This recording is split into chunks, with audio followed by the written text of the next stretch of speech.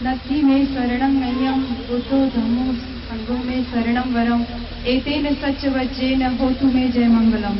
अर्थात मेरी दूसरी कोई शरण नहीं है, सिर्फ बुद्ध धम्म और संघ ही मेरी शरण है और इस सत्य वचन से मेरा तुम्हारा हम सबका जय मंगल हो। सर्वप्रथम मैं भगवान बुद्ध के चरणों में नमन करती हूँ।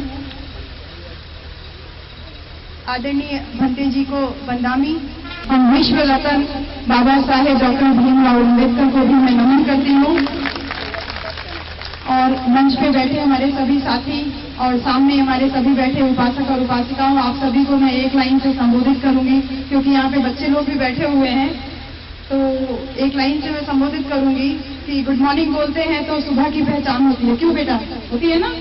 गुड मॉर्निंग बोलते हैं तो सुबह की पहचान होती है, गुड इवनिंग बोलते हैं तो शाम की पहचान होती है, कुछ वालेकुम अस्सलाम बोलते हैं तो शायद उनको अल्लाह की पहचान होती है, कुछ राम राम कहते हैं तो शायद उनको उनके भगवान की पहचान होती है, पर हम कहते हैं कि जय भीम बोलने से इंसान को इंसान की पहचान होती है। आप सभी लोगों को जय भीम, नमो बुद्धाय। विषय आप लोगों ने जो रखा है, क्योंकि मेरठ मेरा पहली बार आगमन है, इसके पहले एक दो बार आई हूँ लेकिन कार्यक्रम में पहली बार आगमन हुआ है तो कुछ नई बातें कहती, लेकिन क्योंकि आप लोगों ने जो है पूना पैक्ट और हिंदू कोड बिल जैसे जो है ना, एक वो हिरोशिमा और नागासाकी पे जैसे बॉम्ब गिरा था ना, उस टाइप से आप लोगों ने बिल्कुल बमबारी दागने का पूरा तैयारी किया हुआ है। तो मोटा मोटा तो हम सारे लोग जानते हैं कि ये दोनों चीजें क्या थी और वैसे ही मोटा मोटा मैं आप लोगों को बताने का प्रयास भी करूंगी। लेकिन उससे पहले मैं बाबा साहब की, क्योंकि ये जो दो अधिकार मिले हमको और उससे सबसे बड़ी बात यह है कि हम लोग अपने जीवन में आज जो कुछ भी है सिर्फ बाबा साहब की वजह से है। तो जो छोटे से छोटा चीज है ये बाबा अधिकार मिल रहा है, बाबा साहब की वजह से मिल रहा है। बाबा साहब के जीवन के ही कुछ एक प्रसंग मैं आप लोगों से जो है साझा करूंगी कि मैं जब यहाँ आके मंच पे बैठी थी तो फटाफट, क्योंकि थोड़ा तकलीफ है बैठने में, तो एक कुर्सी लाके दे दिया गया बैठने के लिए। तो सबसे बड़ी चीज जो, मतलब सबसे पहली चीज आपके घर में भी मैं पहुंचूंगी तो जो आप करते हैं कि सबसे पहले एक गिलास पानी ला करके पिलाते हैं कि नहीं पिलाते? तो पानी जो आप इतनी सहूलियत से ले आके पिला देते हैं ना, आपको शायद पता भी होगा लेकिन शायद ध्यान नहीं देते हैं हम लोग कि इस साफ पानी को, ये जो बिस्लेरी का बढ़िया बोतल का पानी है ना, इस साफ पानी को हमारे होठों तक लाने में बाबा साहब ने अपने प्राणों की बाजी तक लगा दी। हम शायद उस चीज को भूल गए हैं क्योंकि ये जान लीजिए कि जब बाबा साहब छोटे थे, स्कूल पढ़ने के लिए जाते थे तो स्कूल में उनको जहाँ पे घड़ा रखा रहता था, नल था, उससे सारे बच्चे पानी पीते थे। बाबा साहब उससे पानी नहीं पी सकते थे। बाबा साहब को प्यास लगती थी तो कोई चपरासी अगर रहता था वो नल की टोटी खोल देता था, तब बाबा साहब ऐसे अंजलि लगा के पानी पी पाते थे। जिस दिन चपरासी छुट्टी पे रहता था उस दिन बाबा साहब पूरा दिन पानी पिए बिना रह जाते थे। एक दिन ऐसे ही हुआ, बाबा साहब पूरा दिन प्यासे रह गए स्कूल में और सारा दिन जो है बच्चे लोगों से कहते रहे कि कोई टोटी खोल दे तो मैं भी पानी पी लूं, लेकिन सारे बच्चों ने मना कर दिया। बाबा साहब रोते हुए घर आए, शाम को जब छुट्टी हुई, आके अपनी माता भीमाबाई की गोदी में सर रख करके रोने लगे। बोले, माँ आज मुझे प्यास लगी थी, पूरा दिन मैं प्यासा रह गया, मैंने इतना लोगों से कहा लेकिन किसी ने भी पानी पीने के लिए नल की टोटी नहीं खोली। माँ मुझे ये बताओ कि ये लोग हमें पानी क्यों नहीं पीने देते जिससे सारे लोग पानी पीते हैं? तो माता भीमाबाई रोने लगी और कहती है कि बेटा, मैं ये तो नहीं जानती कि ये लोग हमें पानी पीने क्यों नहीं देते, लेकिन मैं तुझसे इतना कहूंगी कि तू घर से पानी पी के जाया कर और जब शाम को घर आया कर तो घर आकर के पानी पी लिया कर। तो इतनी बात बोलते बोलते माता भीमाबाई की आंखों से आंसू झरने लगे और वो आंसू बालक भीम, जो 6 वर्ष के थे बाबा साहब, बालक भीम के गालों पे जब गिरे तो बालक भीम ने ऐसे देखा मेरी माँ रो रही है और छोटा सा बालक भीम अपनी माँ की आंखों को, आंसू को ऐसे पोंछते हुए बोलते हैं बाबा साहेब कि माँ चुप हो जा, माँ चुप हो जा, जब मैं बड़ा हो जाऊंगा तो सबसे पहले इसी पानी के लिए मैं संघर्ष करूंगा। और देखिए 1927 में बाबा साहब जब विदेश से पढ़कर लौटे तो महार में जहाँ पे साफ पानी पीने का हमको अधिकार नहीं था, बाबा साहब ने आंदोलन चला करके हमको साफ पानी पीने का अधिकार दिलाया। तो आज जो इतनी आसानी से हम जाते हैं ना, ये 15-15, 20-20 रुपए की बोतल खरीद लाते हैं या घर में फट से ऐसे नल खोलते हैं तो पानी झरने लगता है, एक्वा गार्ड लगा है, RO लगा हुआ है ना, इस पानी को लाने के लिए बाबा साहब ने अपना पूरा जो है जान की बाजी तक लगा दी। लेकिन हमको क्या करते हैं, हम क्या करते हैं आज, क्योंकि ग्रामीण क्षेत्रों से भी हमारे भाई लोग आए हुए हैं, मैं क्योंकि गांव में बहुत ज्यादा जो है लोगों के बीच में रहती हूँ, तो मैं ये देखती हूँ कि जब भी बोरिंग होती है या ट्यूबवेल गड़ता है, पहली बार घर में पानी आया तो हमने क्या किया, हमने बाबा साहब का धन्यवाद नहीं किया जिनकी वजह से हमको पानी मिला। हमने पहले बोरिंग कराई, पानी निकला तो हम लड्डू लेकर के भोग लगाने किसके पास पहुंच गए, गणेश और लक्ष्मी के पास। ये देखिए भैया, पानी पीने का अधिकार दिलाया बाबा साहब ने और यहाँ लड्डू का भोग देवी देवता खा रहे हैं भैया। तो हमको क्या करना है, हमको क्या करना है बताइए। यदि हम ऐसे ही करते रहे तो क्या हमारी ये जो नई पीढ़ी है, जो बच्चे हैं, क्या कभी ये जान पाएंगे कि हमको साफ पानी पीने का अधिकार बाबा साहब ने दिया। हिंदू कोड भी लोग पूरा बैठ तो बहुत बड़ी बातें हैं, बहुत छोटी सी चीज है कि क्या ये पानी और ये खाना जो अच्छा खाते हैं, ये खाना किसने हमको दिया, ये हमारे बच्चे कभी जान पाएंगे। तो हमको क्या करना है, हमको बस एक छोटा सा काम करना है कि जब भी हम सुबह उठते हैं, हम सारे लोगों की आदत में होता है हम पानी पीते हैं, जब भी पहला घूंट आप पानी का पीजिए अपने घर पे, तो सिर्फ इतना कीजिए कि हाथ जोड़ के बस इतना करिए कि बाबा साहेब आपकी कृपा से हमको ये साफ पानी पीने का अधिकार मिला है। बाबा साहब आपका धन्यवाद, बाबा साहब आपका धन्यवाद, बाबा साहब आपका धन्यवाद। बस एक छोटी सी प्रार्थना अगर आप रोज कहेंगे तो आपके बच्चे पूछेंगे कि पापा मम्मी आप ये किसका धन्यवाद कहते हैं, तो आप अपने बच्चों से कहेंगे कि ये हम अपने बाबा साहब का धन्यवाद करते हैं जिनकी वजह से हमको ये साफ पानी पीने का अधिकार मिला। मैं आपको समस्या के साथ साथ समाधान भी बताते हुए चल रही हूँ। ये बहुत छोटी सी चीज है, ये संस्कार हमें अपने बच्चों में डालने, जैसे ये बेटी इतना अच्छा सा गा करके, भीम हम सबको प्यारा है, इतने अच्छे से गा के गई, ये संस्कार हमारे भीतर पड़ जाएंगे तो हमारे बच्चे कभी भी घबराएंगे नहीं, कभी भी डरेंगे नहीं। इसी प्रकार में एक छोटा सा बाबा साहब के जीवन का एक और बात बताऊंगी आपको। बाबा साहब जब विदेश से पढ़ाई करके लौटे तो बड़ौदा के महाराज के यहाँ सचिव की नौकरी कर लिए, लेकिन जब नौकरी करने के लिए गए तो जहाँ पे जो टाट बिछे हुए थे वो टाट उनके लिए समेट दिए गए, क्योंकि बाबा साहब तो अछूत थे। बाबा साहब ने पानी पीने के लिए मांगा तो चपरासी ने पानी देने से मना कर दिया। बाबा साहब ने फाइल मांगी तो चपरासी ने फाइल ऐसे फेंक करके दी, क्योंकि अछूत थे ना बाबा साहब। अगर फाइल ऐसे पकड़ाते तो फाइल छू जाती, और छू जाती तो वो अपवित्र हो जाती, उसको घर जाके नहाना पड़ता। तो बाबा साहब से बर्दाश्त नहीं हुआ, 11वें दिन ही बाबा साहब नौकरी से इस्तीफा देकर के चले आए। और फिर बाबा साहब ने ये ठान लिया कि ये क्यों हो रहा है, मेरे जैसे इतने पढ़े लिखे व्यक्ति के साथ में इतना भेदभाव हो रहा है। मैं ये ठान के चल रहा हूँ कि मैं अपने इस समाज को जो है, इसकी जड़ में क्या है, ये जो मनुवाद है, ये जो ब्राह्मणवाद है, मैं इस मनुवाद से, इस ब्राह्मणवाद से अपने समाज को निजात दिला करके रहूंगा। और अगर ऐसा मैं नहीं कर पाया तो मैं अपने आप को गोली मार लूंगा। ये बाबा साहब ने तब प्रण लिया। और उसके बाद बाबा साहब का लोग मजाक बनाने लगे, कहने लगे अरे तू तो अकेला है, तू कैसे ब्राह्मणवाद रूपी पहाड़ से जो है लड़ाई करेगा। तो बाबा साहब ने एक कहानी सुनाई, वो कहानी भी मैं आपको बताती हूँ। बाबा साहब ने कहा कि जैसे एक आदमी था, उसने अपनी ठान लिया कि एक बहुत ऊंचा सा पहाड़ था, उस पहाड़ को काट के रास्ता बनाना था। आजकल तो वैसे उस पर एक फिल्म भी बन चुकी है, मांझी द माउंटेन मैन, लेकिन बाबा साहब ने ये बात उस समय बताई थी 1927 के आसपास, कि एक पहाड़ था, उस पहाड़ को काटने के लिए एक व्यक्ति ने बीड़ा उठाया कि मैं इस पहाड़ को काट के रास्ता बनाऊंगा और अपने गांव वालों के लिए एक छोटा सा रास्ता हो जाएगा। तो लोग उसका मजाक उड़ाने लगे, बोलते हैं कि अरे पहाड़ कहीं कटता है भला क्या। तो उसने कहा कि नहीं, मैं पहाड़ काट के जाऊं। ऐसे लोग रोज मजाक उड़ाते थे। एक दिन भैया को मेरे ऊपर दया आ गई, उस आदमी के ऊपर दया आ गई। तो उसने कहा कि भैया तुम ये क्या जिद पकड़े हुए हो कि पहाड़ काटोगे तुम। तो उसने कहा भैया जो कुछ कहना है कह लो, लेकिन बस मुझे एक छोटा सा औजार दे दो जिससे कि मैं इस पहाड़ को काट सकूं। तो इन्होंने कहा कि ठीक है भैया, तुम नहीं मानते हो तो ये लो औजार। तो छेनी हथौड़ी इन्होंने ला करके उस आदमी को दे दिया। और फिर वो आदमी लगातार वो उस पहाड़ को काटते रहा। और फिर क्या हुआ, 20-25 साल बीत गए, लेकिन पहाड़ तो बहुत ऊंचा था और वो आदमी उसमें केवल इतना छोटा सा छेद कर पाया था।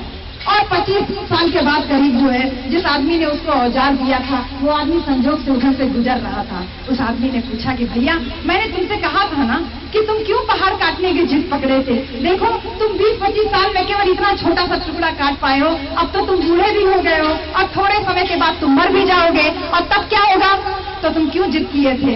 तो उस बूढ़े व्यक्ति ने क्या बात कही, बहुत बड़ी बात कही। वही बात बाबा साहब हम लोगों के लिए कह के गए। बाबा साहब ने बताया कि उस बूढ़े व्यक्ति ने कहा कि भैया ये बात ठीक है कि मैं इस 20-25 साल में मैंने केवल इस पहाड़ का एक छोटा सा टुकड़ा काटा है, लेकिन इस 20-25 साल के जो मेरे पहाड़ काटने के संघर्ष को मेरे बच्चों ने देखा है और मेरे बच्चों के बच्चों ने देखा है। मैं अगर मर भी गया तो मेरे बाद मेरे बच्चे और उनके बाद उनके बच्चों के बच्चे मेरे इस संघर्ष को जारी रखेंगे। और मुझे पूरा विश्वास है कि मैं एक दिन ये पहाड़ काट करके इसके बीच से रास्ता जरूर बना लूंगा। और देखिए बाबा साहब ने अपना किया हुआ वादा निभाया। इस मनुवाद रूपी पहाड़ को काट करके संविधान रूपी रास्ता बना दिया और भगवान बुद्ध का धम्म दे दिया। उसके चलने का हमको रास्ता भी बता करके गए। लेकिन हम लोगों ने क्या किया? बाबा साहब ने तो इतना बड़ा पहाड़ काट के संविधान का रास्ता दे दिया, लेकिन हम लोगों ने क्या किया? हमने उसी पहाड़ को वापस देवता बना करके पूजना शुरू कर दिया। उस पे अगरबत्ती और मोमबत्ती और गंगा जल चढ़ाने लगे हम लोग। यही चाहते थे क्या बाबा साहब हमसे? बाबा साहब ऐसे ही जालंधर की एक सभा में बोल रहे थे, जाओ और जाके अपने घरों की दीवारों पे लिख दो, तुम इस देश की शासक में हो, तुमको इस देश पे राज करना है, तुमको इस देश पे शासन करना है। हम लोग बाबा साहब की बात सुन करके आए और अपने घरों में आए और हमने क्या किया? हम बाबा साहब ने कहा था लिखो कि तुम इस देश की हुक्मरान कौन हो, तुमको इस देश पे राज करना है। और हमने क्या लिखवा दिया? हमने पक्का मकान बनवाया, उस पे लिखवाया जय माता दी, जय भोले बाबा, धन धन सतगुरु एक तू ही निरंकार एक तेरा ही सहारा। अरे जिसने सहारा दिया उसको किनारे कर दिया और जो खुद आप लोगों के सहारे बैठा हुआ उसको आप लोगों ने घर की दीवारों पर टांग दिया। यही चाहते थे बाबा साहब हम लोगों से? बताइए। और मजे की बात देखिए, न केवल दीवारों पे टांग दिया, आजकल तो देखिए लोहे के दरवाजे आने लगे, चौखट आने लगी है, टाइल्स तक में आप लोगों ने उनको चिपकवा दिया है। लेकिन ये जान लीजिए कि अगर 50 साल पहले बाबा साहब ने ये बात बोली थी, अगर 50 साल पहले हम लोगों ने अपने घरों की दीवारों पे ये लिख दिया होता कि हम इस देश की शासकों में हैं, तो मैं इस बात को पूरे दावे के साथ कह सकती हूँ कि आज हमारे देश का प्रधानमंत्री एक बहुजन समाज का व्यक्ति होता, दूसरे समाज का व्यक्ति होता। जो बाबा साहब ने कहा हमने बिल्कुल उसका उल्लेख किया, बिल्कुल उल्लेख किया। ऐसे ही बाबा साहब के जीवन की मैं छोटी छोटी जो है चीजें आपको मैं बताती चलूंगी, क्योंकि पूना पाक विषय है, उस पर भी मैं इन्हीं सारी बातों के दौरान बाबा साहब के जीवन के प्रसंगों के दौरान वो बात भी आ जाएगी।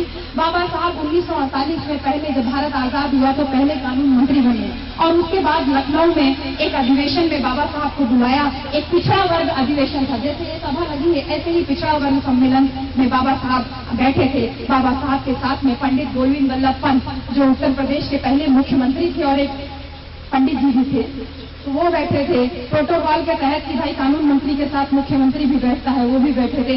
बाबा साहब का नंबर आया, बाबा साहब ने माइक हाथ में लिया और बोलना शुरू किया।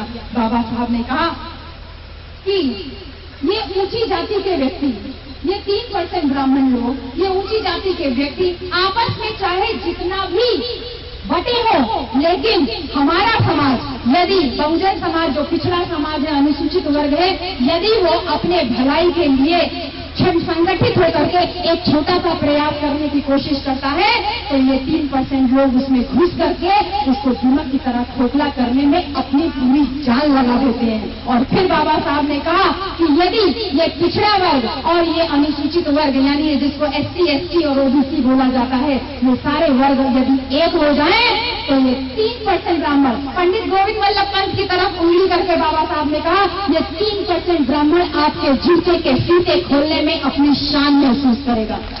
बात बाबा साहब ने बोल दी, लखनऊ अधिवेशन में बाबा साहब ने बोल दी, पंडित जी को बुरा लग गया। भाई पंडित जी थे ना, वो तो पंडित भले मुख्यमंत्री थे लेकिन ब्राह्मण थे, बुरा लग गया। तुरंत वो भागे नेहरू के पास, बोले कि प्रधानमंत्री थे, बोले कि जो है बाबा साहब ने वहां मंच में बहुत ब्राह्मणों को उल्टा सीधा कह दिया है, बाबा साहब से बोलिए कि माफी मांगे। तो बात आई बाबा साहब के पास कि बाबा साहब से माफी मांगे। तो बाबा साहब को बुलवाया गया, बाबा साहब गए नेहरू के पास और बाबा साहब से जब नेहरू जी ने कहा कि आप माफी मांगिए, तो बाबा साहब ने कहा ऐसा है मिस्टर नेहरू, मैं आपकी कांग्रेस पार्टी से मंत्रिमंडल में जरूर शामिल हूँ, लेकिन इसका ये मतलब नहीं है कि आप जो कहेंगे मैं वो मानने के लिए बाध्य हूँ। मैं इस्तीफा दे दूंगा, लेकिन मैं अपनी बात पे कभी पीछे नहीं हटूंगा, कभी माफी नहीं मांगूंगा। तो बात फिर आई घूम करके पंडित जी के पास, बोले कि माफी मांगने से मना कर दिया है। बोले पंडितों की तो बड़ी बेइज्जती हो जाएगी भाई, माफी मांगेंगे नहीं तो बोले क्या किया जाए? बोले कि माफी नहीं मांगते कोई बात नहीं, एक खंडन छपवा दीजिए अखबार में। फिर ऐसे बात घूम करके बाबा साहब के पास पहुंची कि माफी नहीं मांगते हैं तो खंडन छपवा दीजिए, नेहरू जी ने कहा। तो बाबा साहब ने कहा खंडन मैं जरूर छाप सकता हूँ। तो बाबा साहब ने कहा ठीक है, अगले दिन अखबार में जरूर छप जाएगा। तो बाबा साहब ने अगले दिन अखबार में जो लिख करके दिया वो क्या था पता है आपको? बाबा साहब ने कहा कि लखनऊ के अधिवेशन में मैंने जो बात कही मैं उस पर जो है 100% कायम हूँ और अपने मरते दम तक कायम रहूंगा, मैं अपनी बात को पूछूंगा। तो भाई जो बात केवल लखनऊ में कुछ एक लोगों तक सीमित थी, आज वो भारत के हर एक कोने तक पहुंच गई अखबार के माध्यम से। तो गोविंद वल्लभ पंत, अरे सरदार पटेल और नेहरू जी आए गोविंद वल्लभ पंत जी के पास, बोले कि भैया और कुछ कराना है? कहे नहीं भैया बहुत बेइज्जती हो गई, अब और कुछ नहीं कराना।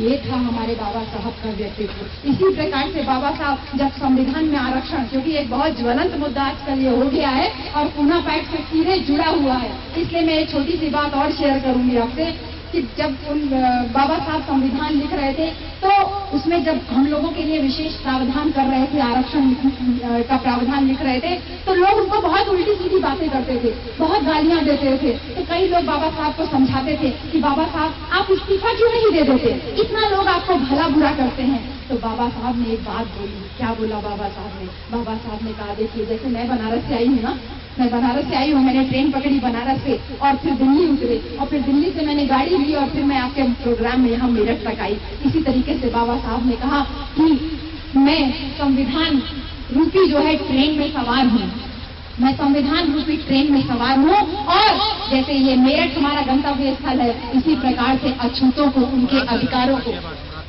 अच्छा, मुरादनगर गाजियाबाद ये जगह का नाम है, मैं थोड़ा सा मिस्टेक कर गई थी बोलने में। तो जैसे हम आज गाजियाबाद में हैं, बाबा साहब ने कहा कि मैं संविधान रूपी ट्रेन में सवार हूँ और मेरा जो प्लेटफॉर्म है, मेरा जो गंतव्य स्थल है वो है अछूतों को उनके अधिकार दिलाना। जिस दिन मैं उनके अधिकार उनको दिला दूंगा, मैं इस संविधान रूपी ट्रेन से खुद ब खुद उतर जाऊंगा, यानी खुद ब खुद इस्तीफा दे दूंगा। लेकिन उसके पहले मैं अछूतों को उनके अधिकारों की लड़ाई जरूर जारी रखूंगा। तो ये थे हमारे बाबा साहब जिन्होंने हार नहीं मानी कभी भी। इसी प्रकार से बहुत सारी हमारी ये देखिए बैठी जबरदस्त तरीके से रोली जी ने भी बोला और बबली नाम है ना आपका, जबरदस्त तरीके से, क्योंकि भावनाएं तो बह करके निकल के आ रही हैं, थोड़ा पॉलिश होने की केवल जरूरत है। जबरदस्त तरीके से जो आप लोगों ने यहाँ पे बोला मुझे बहुत अच्छा लगा। तो हम लोगों के लिए, हम महिलाओं के अधिकारों के लिए जब बाबा साहब Hindu code bill Bharat parliament में जब रखा, बाबा साहब ने संसद में रखा, तो ये सारे जितने मनुवादी लोग थे, क्योंकि भारत का प्रधानमंत्री भी ब्राह्मण कुल से ही था, भारत का जो है गृह मंत्री सब मतलब राष्ट्रपति भी जो है ब्राह्मण समाज से ही था। केवल यही सरदार पटेल जी यही पिछड़ी जाति के थे, लेकिन ये अपने आप को क्षत्रिय समझते थे। सब लोगों ने कहा कि हाँ बाबा साहब का समर्थन करेंगे, लेकिन किसी ने ऐन मौके पे सब लोगों ने बाबा साहब को धोखा दे दिया और बाबा साहब हिंदू कोड बिल जो है संविधान पार्लियामेंट के सामने रख करके जो है वो पास नहीं हो पाया। और बाबा साहब ने कहा कि इन स्त्रियों को मैं उनके अधिकारों की लड़ाई में मैं नहीं लड़ पाया, इसलिए मैं इस्तीफा दे देता हूँ। और उस दिन बाबा साहब बहुत असहाय महसूस करते हुए हमारे जैसी औरतों की, मैं आज BHU में प्रोफेसर हूँ तो अपनी पढ़ाई लिखाई के दम पे नहीं, सिर्फ और सिर्फ बाबा साहब के दम पे। बाबा साहब नहीं होते तो मैं BHU में प्रोफेसर तो क्या झाड़ू पोछा लगाने लायक भी नहीं होती। तो मेरे जैसी महिलाओं को यहाँ तक पहुँचाने का लड़ाई जब बाबा साहब नहीं लड़ पाए तो बाबा साहब ने इस्तीफा दे दिया। और इस्तीफा देते देते बाबा साहब ने एक बात बोली। बाबा साहब ने कहा कि प्रधानमंत्री के रूप में नेहरू कमजोर पड़ सकते हैं, लेकिन कानून मंत्री के रूप में मैं कमजोर नहीं पड़ सकता हूँ। मैं इस्तीफा दे दूंगा, लेकिन मैं अपनी लड़ाई जारी रखूंगा। और फिर देखिए टुकड़ों में ही सही, आज वो धीरे धीरे धीरे धीरे करके देखिए अधिकारों की लड़ाई मिल रही है ना। मैं यहाँ चेयर पे बैठी थी, मेरे पतिदेव यहाँ पे बैठे हुए थे, मेरे ससुर जी भी मेरे साथ में आए हुए, मेरे देवर भी आए हुए, मेरा पूरा परिवार मेरे साथ में आया हुआ। ये किसकी वजह से? ये बाबा साहब के उसी संघर्षों का परिणाम है। आपके सामने प्रत्यक्ष उदाहरण है। इसी प्रकार से जो भारत का जो झंडा है, उस झंडा समिति बनी थी, उस झंडे में बाबा साहब ने ये चक्र को लाने में और सफेद रंग को लाने में बाबा साहब ने इस्तीफा तक दे दिया। बाबा साहब ने कहा कि ये दो चीज जरूर भारत के संविधान का हिस्सा होंगी। और उसी प्रकार से बाबा साहब की राह पे चलते हुए मान्यवर कांशीराम साहब ने भी क्या किया, जब जिस दिन उन्होंने बाबा साहब को बात समझ में आ गई, बाबा साहब को पढ़ लिया, बाबा साहब की बात समझ में आ गई, माननीय कांशीराम साहेब ने भी डिसाइड कर लिया, ये प्रण कर लिया कि मैं भी अपने बहुजन समाज को एक करने में अपनी जान की बाजी लगा दूंगा। और उन्होंने भी अपनी एक बड़ी नौकरी से इस्तीफा दे करके पूरी तरीके से जो है हमारे बहुजन समाज के लिए किया गया। मैं आपको एक चीज और बताऊं कि अब की 14 अप्रैल को, वैसे तो आप लोग सब पश्चिमी उत्तर प्रदेश के, हम लोग तो पूर्व में वहां नौकरी कर रहे हैं बीएचयू में। आगरा का सबसे बड़ा कार्यक्रम होता है ना, जो जाटों की राजधानी भी बोली जाती है ना, भीम नगरी का कार्यक्रम बहुत बड़ा होता है। इस बार उसी जाटों की नगरी के कार्यक्रम में जाने का सौभाग्य मुझे भी प्राप्त हुआ। मेरी तो आंखें फटी की फटी रह गई कि ऐसा कार्यक्रम मैंने कभी नहीं देखा था अपनी जिंदगी में। सड़क पे चल रहे हैं तो दिवाली में क्या सजावट होती होगी, आगरा की सड़कों पे और गलियों पे मैंने जो सजावट देखी, बिल्कुल मुझे बहुत प्रसन्नता हुई उस कार्यक्रम में जाने को। और बतौर मुख्य वक्ता मैं वहां गई थी, लेकिन मुझे बहुत अफसोस हुआ वहां पे, क्योंकि मुख्य अतिथि वहां का जो सांसद है राज्यसभा से राजबब्बर जी, वो बैठे हुए थे। और मुख्य अतिथि मेरे से पहले, क्योंकि मुख्य अतिथि को कहीं जाना था, क्योंकि वो फिल्म स्टार थे, तो लोग कोई फोटो खिंचा रहा है, कोई ऑटोग्राफ ले रहा है, सब इसमें बिजी थे। लेकिन इतना मुंह पे तमाचा मार करके वो चले गए, उन्होंने वहां पे खड़े होकर के बोला, क्योंकि आपका ये विषय है ना, इसी विषय से संबंधित, इसलिए मैं इस बात को आपको बता रही हूँ। माननीय राजबब्बर जी ने वहां पे मंच पे खड़े होकर के ये बोला कि बाबा साहब को कम्युनल अवार्ड के रूप में प्रलोभन दे दिया गया, और ये तो गांधी और कांग्रेस पार्टी थी जिन्होंने बाबा साहब को बचा लिया, नहीं तो बाबा साहब अंग्रेजों के चंगुल में फंस करके जाने क्या कर गए होते। ये बात एक सांसद ने मंच से खड़े होकर के बोल दिया, और जितने लोग यहाँ सामने बैठे, इतने लोग तो वहां मंच पे बैठे हुए थे। इतना बड़ा मंच था वहां का 15 अप्रैल का, इस बार का भीम नगरी का। मुझे इतना ताज्जुब हुआ कि इतने सारे लोग, करीब मतलब 300-400 लोग जो है मंच पे बैठे हुए थे, किसी ने भी इस बात का विरोध नहीं किया कि एक सांसद बाबा साहब के बारे में इतनी बड़ी बात बोल करके गया। और उसके संजोग से उसके तुरंत बाद ही मुझे बोलने का मौका मिला। सबसे पहली बात जो मैंने वहां पे मंच पे खड़े होकर के बोली वो यही थी कि अरे जिस बाबा साहब ने अपने 4 बच्चों की कुर्बानी दे दी, अपनी एक बिल्कुल युवा पत्नी 35 साल की उम्र में माता रमाबाई इस दुनिया से चली गई बाबा साहब को छोड़ करके, जिसने अपने 4 बच्चे, एक पत्नी को कुर्बान कर दिया, हमारे जैसे हम लोगों के समाज को आगे बढ़ाने में, उसको अंग्रेज भी क्या प्रलोभन देते। कम्युनल अवार्ड कोई प्रलोभन नहीं था, वो तो हमारे अधिकारों की लड़ाई थी जो बाबा साहब लंदन में गोद में सम्मेलन लड़ करके आए थे। पहली गोलमेज सम्मेलन 1930 में वहां गए, लड़ाई लड़के आए, और उसके बाद 1932 में जब दोबारा बाबा साहब गोलमेज सम्मेलन में गए तो वहां वो लड़ाई लड़के आए। मैं आपको बहुत शॉर्ट में बताऊंगी कि वो लड़ाई में जो हम लोगों को 17 अगस्त 1932 को अंग्रेजों के द्वारा दिया गया वो था कम्युनल अवार्ड। उसको हिंदी में बोला जाता है सांप्रदायिक पंचायत। सांप्रदायिक पंचायत का मतलब क्या था? 2 वोटों का अधिकार और पृथक निर्वाचन क्षेत्र। जो भाई लोग गांव से आए हैं, जो महिलाएं इन दोनों शब्दों को समझ नहीं पाती, मैं आपको सरल भाषा में बता रही हूँ कि 2 वोटों का अधिकार क्या था। कि जैसे आज कोई व्यक्ति खड़ा होता है आपके चुनाव क्षेत्र से, और किसी भी बिरादरी का व्यक्ति उसको वोट कर सकता है, ठीक है। जैसे कोई एक अपनी बिरादरी का व्यक्ति खड़ा हो और सभी बिरादरी के लोग उसको वोट कर सकते हैं। बाबा साहब ने ऐसी व्यवस्था नहीं मांगी थी। बाबा साहब ने चाहा था कि हम लोग, जब हमारी बिरादरी का व्यक्ति खड़ा हो तो केवल हमारे समाज के लोग उसको वोट करें। इस तरीके से वो चुन के जब संसद में जाएगा तो वो हमारी बात करेगा। और फिर इसके साथ ही साथ ये तो हो गया एक वोट, और दूसरा वोट क्या है? किसी दूसरी बिरादरी का व्यक्ति जब खड़ा हो तो हम उसको भी वोट कर सकते हैं। तो हो गया ना 2 वोटों का अधिकार। एक तो हमने अपना प्रतिनिधि चुना और एक हमने ऊंची बिरादरी वालों का भी प्रतिनिधि चुना। तो इस तरीके से क्या है, जैसे ये पॉलिटिकल पार्टी, राजनीतिक पार्टियां आजकल जो है ना टिकट बेचती है, ये बेच नहीं पाती, उल्टा हमारे समाज के सामने हमेशा हमारे पैरों पे गिरी रहती कि भैया हम ही को वोट देना, तुम्हारी वोट से ही हम जीतेंगे। अपने वोट के लिए भी वो हमारे पास आती। ये ताकत बाबा साहब हमको देना चाहते थे। हमारा प्रतिनिधि जो चुन के संसद में जाता वो हमारी बात करता। ये तो था 2 वोटों का अधिकार। और पृथक निर्वाचन क्षेत्र यानी अलग चुनाव क्षेत्र। अलग चुनाव क्षेत्र का सीधा सा मतलब यही था कि जिस जगह पे हमारी जनसंख्या ज्यादा हो उसको हमारे लिए सुरक्षित घोषित कर दिया जाए। ये बिल्कुल छोटी सी बात थी, लेकिन ये बहुत बड़े अधिकार थे जिसको तुरंत ही मिस्टर गांधी, यानी ये महात्मा गांधी के नाम से जो है मोहनदास करमचंद गांधी, मिस्टर गांधी को खल गई और इन्होंने तुरंत ही 17 अगस्त 1932 को हमको ये 2 अधिकारों की घोषणा की थी अंग्रेजों ने। और तुरंत ही जो है 20 सितंबर से गांधी जी जो है वो अनशन पे बैठ गए। उन्होंने कहा कि अछूतों को तो भला केवल हरिजन कह देने से हो जाएगा, इनको अधिकारों की क्या जरूरत है, इनको अधिकार क्यों देते हो? तो उन्होंने ये कहा कि मैं अपने मरते दम तक जो है मैं अनशन करूंगा, लेकिन अछूतों को ये 2 वोटों का अधिकार और पृथक निर्वाचन क्षेत्र में नहीं होने दूंगा। और 20 अगस्त से जो है गांधी अनशन पे बैठे और 24 अगस्त तक मरणासन हो गए और बाबा साहब को मजबूरी में आकर के 24 अगस्त 1932 को वो करना पड़ा जो बाबा साहब कभी नहीं चाहते थे। इतनी मुश्किल 24 सितंबर 1932 को बाबा साहब बहुत मजबूरी में आकर के उसी पूना की यरवदा जेल में गांधी के सामने जाकर के एक मेमोरेंडम साइन करते हैं, एक समझौता साइन करते हैं। और वो समझौता क्या था, पहले तो इसे मैं बताऊं कि वो समझौता क्या था, उससे पहले मैं आप सारे लोगों से एक बात पूछना चाहती हूं कि हमको आरक्षण किसने दिया? बाबा साहब ने। देखिए, ज्यादातर लोग यही बोलते हैं कि बाबा साहब ने। मैं आज आप लोगों की ये गलतफहमी दूर कर देना चाहती हूँ। उस पहले मिशन को और गंदा करना है या उसकी काई हटा के, उसकी गंदगी हटा के मानव साहब के मिशन को वापस चालू करना है?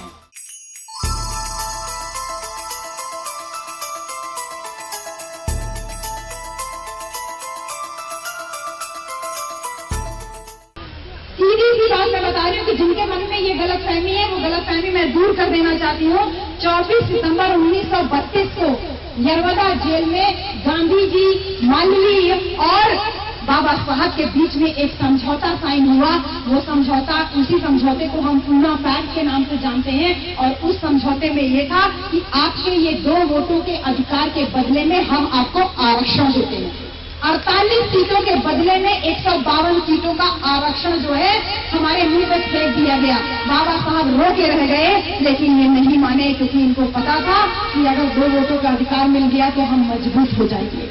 और अगर आरक्षण दे दिया तो ये बैसाखी का काम करेगा, एक दूसरे के सर पे सवार होकर के हम लोग आगे बढ़ने चले जाएंगे, अपने साथियों को पीछे छोड़ देंगे।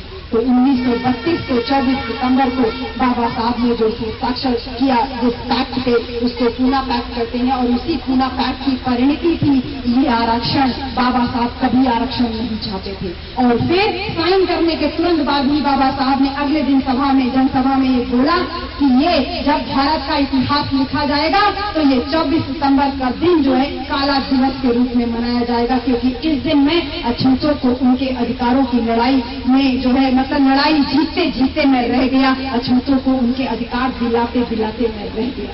तो बाबा साहब ने एक बात और बोली कि पूना पैक्ट के माध्यम से कांग्रेस ने जो है फल का जो पूरा रस था वो चूस लिया और उसका छिलका जो है हम अछूतों के मुंह पे फेंक दिया। आज हम चिल्लाते हैं ना, आरक्षण बचाओ, आरक्षण बचाओ। जिस दिन हम सारे लोग एकजुट होकर के ये बोलने लगेंगे कि हमको पूना पैक्ट की वो 2 शर्तें वापस कर दीजिए, नहीं चाहिए आपका आरक्षण, हालत खराब हो जाएगी हम सारे लोग। ये सोल्यूशन है इस बात का, क्योंकि खत्म तो हो ही रहा है।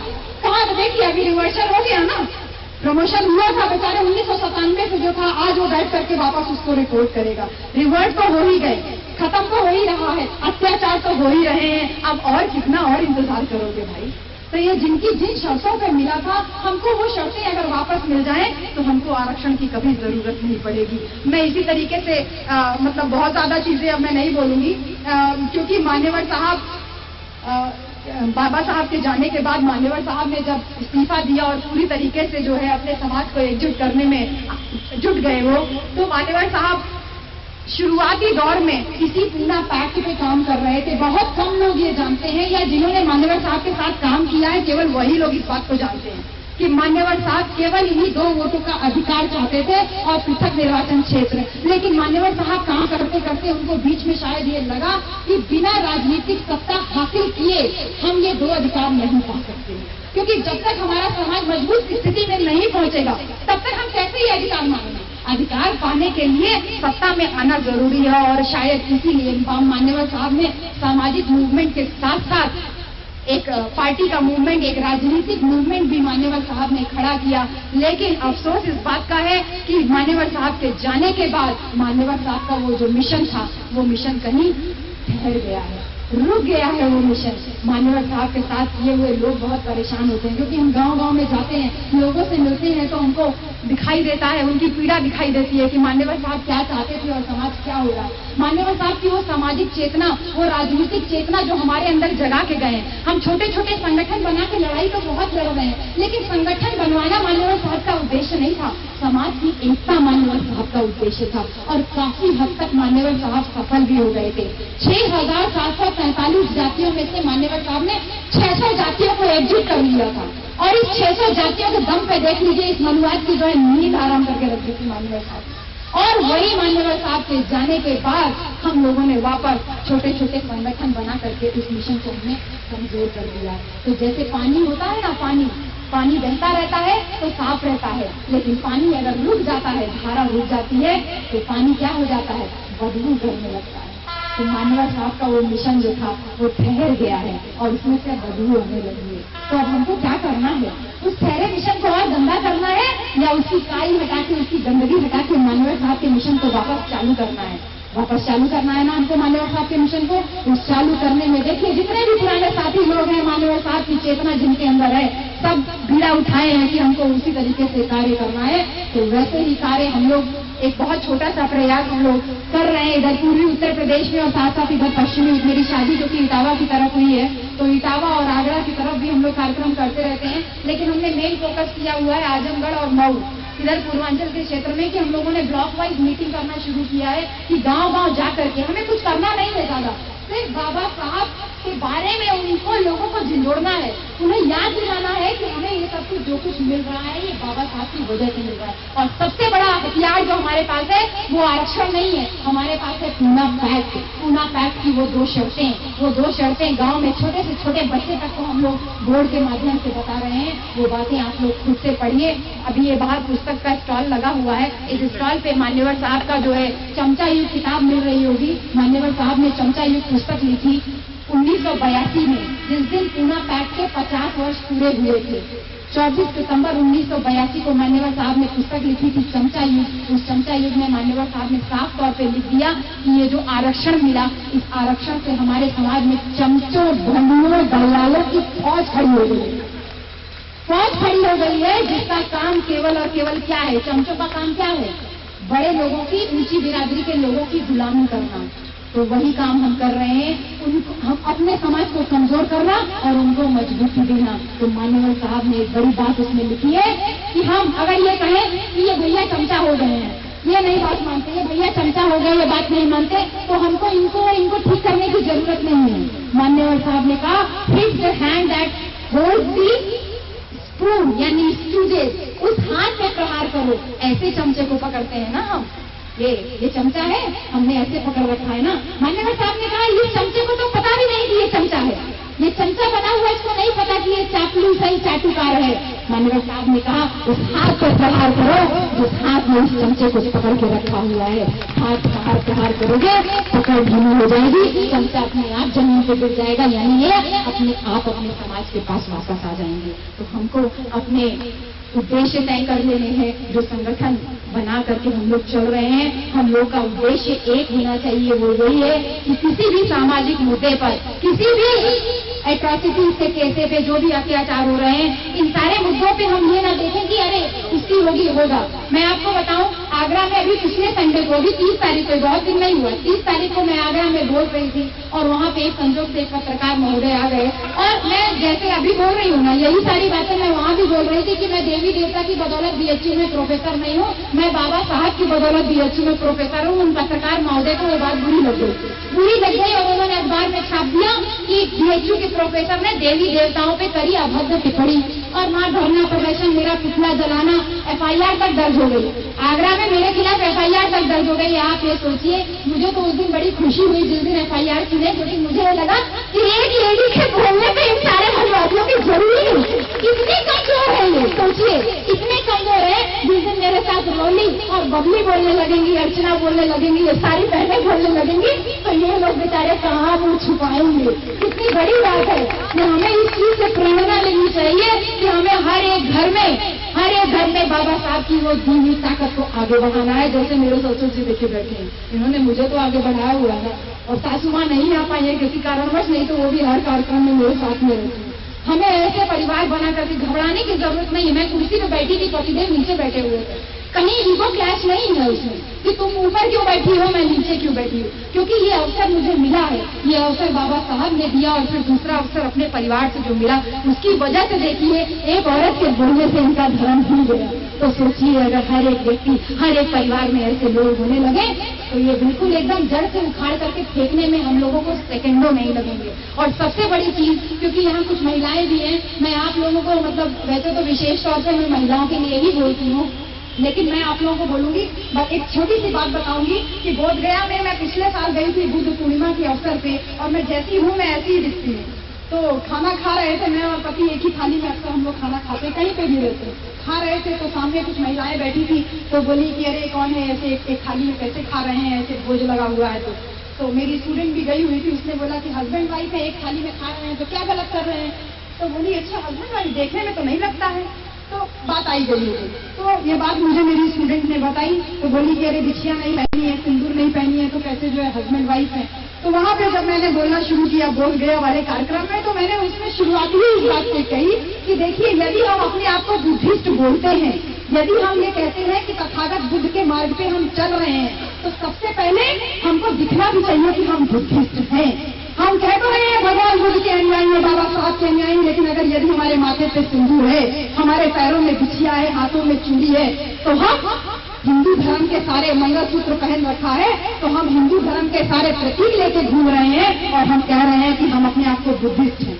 तो मेरा आप सारी बहनों लोगों से, जितने ये भाई लोग आप लोग बैठे हो ना, आप सब लोगों को मैं अगली बार खबर लूंगी जब यहाँ आऊंगी गाजियाबाद। अगर अपने घर से अपनी पत्नियों को लेके आओगे तो ये संख्या यहाँ डबल होती यहाँ पे संख्या। और मैं इसका जो बोल रही हूँ ना, इतना कम से कम मैडम सुनती तो कुछ उनको समझ में आता। आप तो यहाँ जाओगे, पूछोगे पत्नी से हाँ क्या बनाई हो, और फिर पूछेंगे खाएंगे, खा के बढ़िया टीवी देखेंगे, सो जाएंगे। वो आती, वो सुनती, तो कम से कम ये बात अपने बच्चों को बताती। आपके पास तो फुर्सत है नहीं, क्योंकि आपको समाज सेवा करते करते आपकी तो पूरी जिंदगी बीत जाएगी। आप कहोगे मैं अपनी बीवी को नहीं बदल पाऊँ, कैसे बदलोगे? जब छोड़ के घर में आओगे तो देख रही होगी ना, माता की चुनरी उड़ी और उसके सारे दुख गायब, और दुख गायब तो माता की पास ही जाएगी ना, वो कैसे जाएगी भैया बाबा साहब की शरण। तो अगली बार से जब भी किसी कार्यक्रम में जाइए, आप ये यहाँ से प्रण करके जाइए कि अपनी पत्नी को या अपनी बहन को या जो भी महिला आपके घर में होगी, 2 घंटे 3 घंटे के लिए ही सही, लेकिन आप उनको लेकर के कार्यक्रम में आएंगे। हम लोग मूर्ख नहीं है, अर्चना मैडम मूर्ख नहीं है, रोली मूर्ख नहीं है, ये देखिए बैठी है बबली जी, मूर्ख नहीं है, पूरा घर परिवार छोड़ करके हम लोग भी तो आए हैं ना आपके यहाँ। हम तो बनारस से चल करके आए, तो आप अपने आसपास से नहीं लेकर के आ सकते।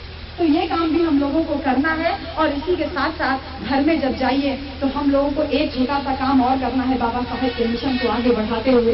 एक गीता तो एक बहुत बड़ा मतलब पॉइंट है ही है, लेकिन क्योंकि परिवार से ही सबसे बड़ी एकता शुरू होती है, तो यदि घर में आप लोगों ने अपने ये जंगली जानवरों की फौज लगा रखी है, जंगली जानवरों की फौज समझ रहे हैं ना, कोई चूहा पे सवार है, कोई हाथी पे सवार है, कोई गधा पे सवार है, कोई उल्लू पे सवार है, कोई किसी पे सवार है, ये जितना भी जंगली जानवरों का फौज लगा रखा है, इस सारी फौज को निकाल करके बाहर फेंकिए और बाबा साहब और भगवान बुद्ध को घर के अंदर लेकर के आइए। मैं एक लीफलेट आप लोगों को बंटवा दूंगी, उस लीफलेट में बाबा साहब और भगवान बुद्ध का पिक्चर भी है और उसके साथ साथ बाबा साहब की दी हुई 22 प्रतिज्ञाएं भी है। तो बाबा साहब और भगवान बुद्ध को मंदिर में स्थापित कीजिए, सारे जानवरों की फौज निकाल के बाहर कीजिए और उसके बगल में मैं 22 प्रतिज्ञाओं का आपको पोस्टर दे रही हूँ, वो पोस्टर लगा लीजिए और सुबह उठते उठते सबसे पहला काम यही कीजिएगा कि ये बोलिए कि मैं ब्रह्मा विष्णु महेश को कभी ईश्वर नहीं मानूंगा, न उनकी कभी उपासना करूंगा। बाबा साहब की पहली प्रतिज्ञा यही प्रतिज्ञा है, समझ लीजिए। और जिसने इस प्रतिज्ञा का पालन नहीं किया, ना वो बाबा साहब का अनुयायी और ना वो भगवान बुद्ध का अनुयायी। अपने आप को बुद्धिस्ट कहना, बाबा साहब का अम्बेडकर वाली कहना जो है वो आप बंद कर दीजिए, बहुत बढ़िया ये कहना बंद कर दीजिए। फिर भी ये जान लीजिए कि मार्ग पे चलने के लिए हमको घर घर में बाबा साहब की पूजा करना शुरू करना है, भगवान बुद्ध की पूजा करना शुरू करना है, तभी हम अपनी पीढ़ी को बता सकते हैं कि हमारे असली भगवान यही है। मैं और बहुत सारी बातें नहीं बोलूंगी, एक छोटी सी बात कह के अपनी बात खत्म करूंगी कि बाबा साहब जब छोटे से थे स्कूल पढ़ने के लिए गए, कक्षा 6 में, मतलब 6 वर्ष की उम्र में जब उनके पिताजी बाबा साहब को लेकर के स्कूल एडमिशन कराने के लिए गए, तो स्कूल के प्रिंसिपल ने बाबा साहब को एडमिशन देने से मना कर दिया। बोला कि ये तो महार है, ये तो अछूत है, इसको स्कूल में दाखिला नहीं मिलेगा। तो बाबा साहब के पिताजी, क्योंकि अंग्रेज की सेना में वो एक किसी पद पे वो कार्यरत थे, तो सूबेदार के पद पे वो कार्यरत थे, रामजी सतपाल जी। तो उन्होंने कहा कि नहीं, अंग्रेजों का ये नियम है कि मेरे बच्चों को एडमिशन मिलना चाहिए। तो इस वजह से बाबा साहब का जो है एडमिशन स्कूल में हुआ। देखिए, बाबा साहब के पिताजी ने इतनी मेहनत की, तब उनके बच्चे को यानी बाबा साहब को जो है स्कूल में दाखिला मिला। लेकिन जब मैं 6 वर्ष की हुई, मेरे पापा मुझे स्कूल लेकर के गए, तो मेरा जब स्कूल में एडमिशन हुआ तो टीचर मुझे उंगली पकड़ के ले जाकर के क्लास में सबसे आगे बैठाया, क्योंकि मेरे साथ कोई भेदभाव नहीं हुआ। लेकिन बाबा साहब जब स्कूल में दाखिला मिला तो बाबा साहब वहां बैठते थे जहां सारे बच्चे लोग जूता चप्पल उतार करके बैठते थे, लेकिन मुझे सबसे आगे बैठने का अवसर प्राप्त हुआ। बाबा साहब जब स्कूल में पानी मांगते थे तो बाबा साहब को चपरासी पानी नहीं मांगता देता था। हम जब स्कूल में पानी मांगते थे तो हमारे लिए सब बिल्कुल जो भी पानी जो सारे लोग पी सकते थे, हम इसमें से पानी पी सकते थे। बाबा साहब ने जब 10वीं पास किया, बाबा साहब का संस्कृत पढ़ने का मन था, लेकिन टीचर ने कहा अछूत है, संस्कृत नहीं पढ़ सकता। मैं जब 10वीं पास किया, मैंने अंग्रेजी पढ़ने का मन बनाया, तो मेरा टीचर बोलता है बहुत खुशी खुशी कि बेटा तुम जो चाहो वो सब्जेक्ट पढ़ सकती हो। मैं ये सोचती हूँ कि बाबा साहब के अंदर ऐसी कौन सी योग्यता नहीं थी कि बाबा साहब को संस्कृत पढ़ने का अवसर नहीं मिला, और मुझमें ऐसी कौन सी योग्यता थी कि मुझे अंग्रेजी के साथ साथ जो सब्जेक्ट चाहती थी मैं वो पढ़ सकती थी। बाबा साहब जब नौकरी करने गए बड़ौदा के महाराज के यहाँ, तो जो टाट बिछे थे वो समेट दिए गए। मैं जब बीएचयू में प्रोफेसर हुई, मैंने जब नौकरी ज्वाइन किया तो मेरे लिए वही टाट बिछा दिए गए। मैं सोच नहीं पाती हूँ कि बाबा साहब के अंदर ऐसी कौन सी योग्यता नहीं थी कि बाबा साहब के सम्मान में वो टाट हटा दिए गए और मेरे सम्मान में वही टाट बिछा दिए गए। मैं बाबा साहब ने जब स्कूल में पानी मांगा तो चपरासी ने पानी देने से मना कर दिया। मैंने जब बीएचयू में अपने चपरासी से पानी मांगा तो एक साथ 2 चपरासी 4 गिलास पानी लेकर के आए। मुझे समझ में नहीं आता कि बाबा साहब में ऐसी कौन सी योग्यता नहीं थी कि चपरासी ने उनको पानी नहीं दिया, और मुझमें ऐसी कौन सी योग्यता थी कि एक साथ 2 चपरासी 4 गिलास पानी लेकर के आए। आपको नहीं पता, लेकिन मैं आपको बताती हूँ कि मुझमें ऐसी कौन सी योग्यता थी और बाबा साहब में ऐसी कौन सी योग्यता नहीं थी। एक छोटी सी बात यही है कि बाबा साहब उस समय उन परिस्थितियों से अकेले जूझ रहे थे, और आज मेरे सर पे बाबा साहब का हाथ है। बाबा साहब का बनाया हुआ संविधान हर समय मेरी सुरक्षा और संरक्षा कर रहा है। इस वजह से आज हम इतने खुले तौर पे जो है नौकरी कर पा रहे हैं, कहीं पे भी जो है जाकर के अच्छे से अपने से अपनी बातें रख पा रहे हैं। आज ये अच्छी अच्छी कुर्सी मिली है, ये बढ़िया तखत मिला हुआ है, ये बढ़िया माइक मिला हुआ है, ये किसी और की बदौलत नहीं, किसी देवता की बदौलत नहीं, सिर्फ और सिर्फ बाबा साहब की बदौलत। तो हम आपसे बस यही कहेंगे कि हम लोग जो वो संगठन बना करके चल रहे हैं, अपने दिमाग में हमेशा ये बात रखिए, हमेशा ये बात रखिए कि योग्यता का यही पैमाना है कि हम संगठित कितने हैं। संगठित जितना लोग पढ़ लिख रहे हैं, उतना ज्यादा अपने समाज से हटते चले जा रहे हैं, और वहीं ऊंची बिरादरी के लोग जितना जो पढ़ रहा है वो जगह जगह संरक्षण दे रहा है। स्कूलों में देखते हैं, कॉलेजों में देखते हैं, अपनी बिरादरी के बच्चों को लोग नंबर देते हैं। ये संरक्षण नहीं तो और क्या है। नौकरियों में देख लीजिए, हम लोगों को छोटी छोटी नौकरी के लिए कितना फाइट करना पड़ता है, और इनके यहाँ अच्छा तुम हो पंडित जी है, देखे नाम देखे क्या है, ये देखे ठाकुर जी है, नौकरी मिल जा रही है, उनको संरक्षण मिल रहा है। आप मंदिरों में देख लीजिए, 100% रिजर्वेशन चल रहा है कि नहीं चल रहा है? 100% रिजर्वेशन चल रहा है। किसी समाज का बच्चा कभी जाकर के पुजारी नहीं हो सकता। 100% आरक्षण चल रहा है। वो आरक्षण नहीं, एक तरह से वो संरक्षण है। और हम लोग क्या कर रहे हैं, हम नौकरी पा जाते हैं तो मुड़ के गांव की तरफ देखते भी नहीं है। संरक्षण तो बहुत दूर की बात है, अपने घर में अपने भाई भतीजों को संरक्षण नहीं दे पाते। तो आप ये जान लीजिए कि संगठन परिवार से शुरू हो रहा है, अपने समाज से शुरू हो रहा है। हमारे दिमाग में एक ही रहे कि हमारा संगठन केवल एक है, और वो है बहुजन संगठन। हमारी ताकत केवल एक है, और वो है बहुजन की ताकत। मैं यहाँ पार्टी वार्टी का नाम लेने के लिए, पार्टी के कार्यकर्ता की हैसियत से नहीं बैठी। समझदार के लिए इशारा काफी है। मेरे साथ एक सर अक्सर आते हैं, आज वो नहीं आए हैं, काशी विद्यापीठ में, वो भी कंप्यूटर साइंस के प्रोफेसर हैं। वो उनसे उनकी बिरादरी के मतलब उनसे उनके डिपार्टमेंट में कुछ लोगों ने एक बार पूछा कि भैया किस पार्टी को वोट देते हो, तो बोलते हैं कि किस पार्टी को वोट देते हो। कहते कहते जब वोट डालने जाता हूँ तो मुझे दूसरी पार्टी का बटन नहीं नजर आता है। किस पार्टी को वोट देते हैं, मतलब कोई और बटन नहीं होता है क्या उसमें? ये हमें अपने अंदर विश्वास रखना है कि हमको दूसरा बटन ही नहीं नजर आता। तो हमारे दिमाग में संगठन के तौर पे केवल एक ही होना चाहिए। इसके अलावा अगर कोई और संगठन दिखाई देता है तो वो जान लीजिए कि सिर्फ हमारे बहुजन समाज को कमजोर करने के लिए वो बात चल रही है। और मैं वैसे तो बात अब खत्म ही कर दूंगी भैया, लेकिन मैं यहाँ पे जब आई थी तो बहुत सारे लोगों के हाथों में बहुत सारे धागे देख रही थी, और जब यहाँ बाबा साहब को माल्यार्पण चल रहा था तो बहुत लोग ऐसे माल्यार्पण कर रहे थे। ऐसे टूट गया है क्या हाथ दूसरा आप लोगों का? बताइए, मुझे लग रहा हो क्या आप लोग? बताइए, हाथ टूट गया आप लोगों का? अरे ये माइक थामने के लिए इस हाथ को ऐसे लगाने की क्या जरूरत है? अरे माइक जो अगर इतना श्रद्धा है दो हाथ से, तो दोनों हाथ से नहीं थाम सकते हो? बताइए, दोनों हाथ से नहीं थाम सकते हैं, दोनों हाथ से फूल नहीं दे सकते हैं। इस हाथ को इस हाथ से थामने की क्या जरूरत है? मतलब बुरा है क्या ये हाथ आपका? नहीं ना? तो ये ध्यान रखिए कि किसी भी घर में किसी को पानी पिलाना हो या फूल चढ़ाना हो तो अपने दोनों हाथ का उपयोग कीजिए। डेढ़ हाथ की जो है ना, ये डेढ़ हाथ का कस्टम जो है इसको छोड़ दीजिए। और दूसरी चीज एक जान लीजिए, जो बड़े बड़े जो धागे बांधे हुए हैं, इन सारे लोगों के लिए मैं बता रही हूँ, लाल लाल धागा बांधे हुए अक्सर दिखाई दे जाते हैं। इन सारे लोगों के लिए बहुत सारे युवा लोग भी यहाँ बैठे थे, आ रहे थे, पानी वानी दे रहे थे, तुलसी उलसी लगा रहे थे, तब मैं देख रही थी। इस धागे को बांधने से पहले ब्राह्मण एक श्लोक पढ़ता है, वो श्लोक शायद आपको नहीं पता है, मैं आज आपको बता दे रही हूँ और इसी के साथ में अपनी बात भी खत्म करूंगी। वो श्लोक संस्कृत में है, ये नबद्धो बलि राजा दानवेंद्र महाबला तेन त्वः प्रतिबद्धनामी रक्षे माचल माचल। ये संस्कृत में श्लोक है, कभी किसी ब्राह्मण से पूछिएगा तो वो नहीं बताएगा, लेकिन मैं आपको बताती हूँ इसका क्या मतलब है। इसका मतलब है कि जिस प्रकार से महाराजा बलि, राजा बलि बहुत शक्तिशाली राजा था, जिस प्रकार राजा बलि से छल कपट करके उसका सारा राजपाट छीन लिया और बदले में उसको ये लाल रंग का धागा बांध करके उससे हमने ये प्रतिज्ञा ले ली कि तुम जिंदगी भर मेरी रक्षा करोगे, तेन त्वः प्रतिबद्धनामी रक्षे। उसी प्रकार ये धागा मैं तुमको बांध करके तुमसे ये प्रतिज्ञा ले रहा हूँ कि तुम जिंदगी भर मेरी रक्षा करोगे। तो ये बताइए, हम समाज के घर में पैदा हुए बाभन की रक्षा करने खातिर? बताइए बताइए बताइए बताइए, नहीं ना? यदि नहीं है तो ये जान लीजिए कि जब ये ब्राह्मण बना हुआ आपके हाथों में देखता है तो वो जान जाता है सारे के सारे मेरे गुलाम हैं, क्योंकि ये गुलामी का ही तो धागा है ना, क्योंकि आपने तो उसको रक्षा का वचन दिया है और जो रक्षा का वचन देता है वो तो गुलाम ही होता है। तोड़ करके फेंक दीजिए इन सारे गुलामों की निशानियों को।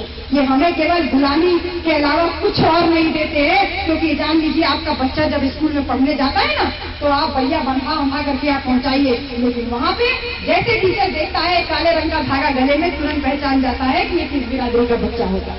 कुछ और जानने की उसको जरूरत नहीं होती है। गले में काले रंग का धागा देखा, हाथ में लाल रंग का धागा देखा, समझ गया बहुजन समाज का बच्चा है। और कौन पूछ लेगा, एक चीज पूछेगा, कौन बिरादरी के हो भैया? एक बार बिरादरी पूछी, आपकी सारी योग्यता जो है जमीन में गड़ी। बच्चा ऐसे कांप जाता है कि कैसे बोले कि हम चमार हैं, कैसे बोले कि हम धोबी हैं, कैसे बोले कि हम खटिक है, कैसे बोले कि हम पासी हैं। अपनी बिरादरी बोलने में जोर आता है। अपने बच्चे को मजबूत बनाइए। ये मजबूती केवल बाबा साहब से आएगी, ये किसी और आगा भागा बाबा बाबा किसी चीज से नहीं आएगी। मैं रोली जी की बात को आगे बढ़ाती हूँ कि जिन लोगों ने इन बाबा लोगों के सत्संग करने शुरू किए हैं, जितने सत्संगी बाबा लोगों को आप लोगों ने अपने बाप बना लिए हैं, रोली जी ने कहा ना, अपने बाप को बाप कहना सीखिए। और हम सबका बाप और कोई नहीं है, वो है बाबा साहब। जान लीजिए, अब आप समझ लीजिए कि जो ये आबा झाबा बाबा के चक्कर में पड़े हैं उनको किस श्रेणी में रखा जाए। कुछ और जो कहने की जरूरत नहीं है। मैं एक छोटी सी लाइन कह के अपनी बात खत्म करूंगी। मैं लड़ूंगी ये लड़ाई मेरे पीर देखना, बहुजनों की बदल जाएगी तकदीर देखना। मैं लहू से भरूंगी रंग इस आकार में, सदियों पुरानी बदलेगी तस्वीर देखना। मैं लड़ूंगी ये लड़ाई मेरे पीर देखना। ये पीर कौन है? हमारे बाबा साहब। तो आप लोगों से बस यही अनुरोध है कि अपने बहुजन समाज को एकजुट करने के लिए आप इकट्ठा कीजिए, क्योंकि तोड़ने के लिए तो पूरा समाज लगा हुआ है। बस एक बात दिमाग में रखिए, न रब ने दिया है, न सिकंदर ने दिया है, जो कुछ दिया है बाबा अम्बेडकर ने दिया है। सभी लोगों को जय भीम, नमो बुद्धाय।